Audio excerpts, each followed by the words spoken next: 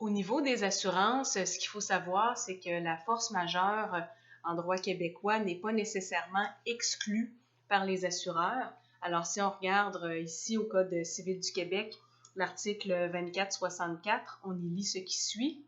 L'assureur est tenu de réparer le préjudice causé par une force majeure ou par la faute de l'assuré, à moins qu'une exclusion ne soit expressément et limitativement stipulée dans le contrat. Alors, ce que vous devez faire, c'est regarder au niveau de votre police d'assurance, à savoir, est-ce que la force majeure fait partie des risques exclus, oui ou non.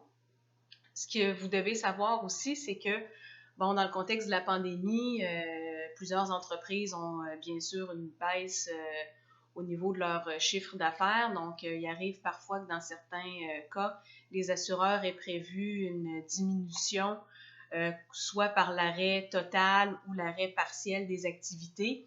Alors, de voir est-ce que les décrets ministériels font partie de ce que l'assureur a déjà prévu. Si oui, tant mieux. Sinon, il arrive parfois qu'on va, au niveau de l'assureur, viser surtout les risques au niveau du vol ou du feu qui serait la cause d'un arrêt partiel ou temporaire des activités. Bien sûr, dans le cas de la pandémie, on ne croit pas pouvoir entrer dans ces situations-là. Donc, ce qu'on vous invite à faire, c'est de regarder attentivement vos polices d'assurance et surtout, si vous croyez dans une situation qui serait indemnisable, de contacter le plus vite possible votre assureur parce qu'il y a toujours des délais pour l'en informer afin qu'il ne puisse nier couverture, c'est-à-dire refuser de vous payer ce qui avait été contenu.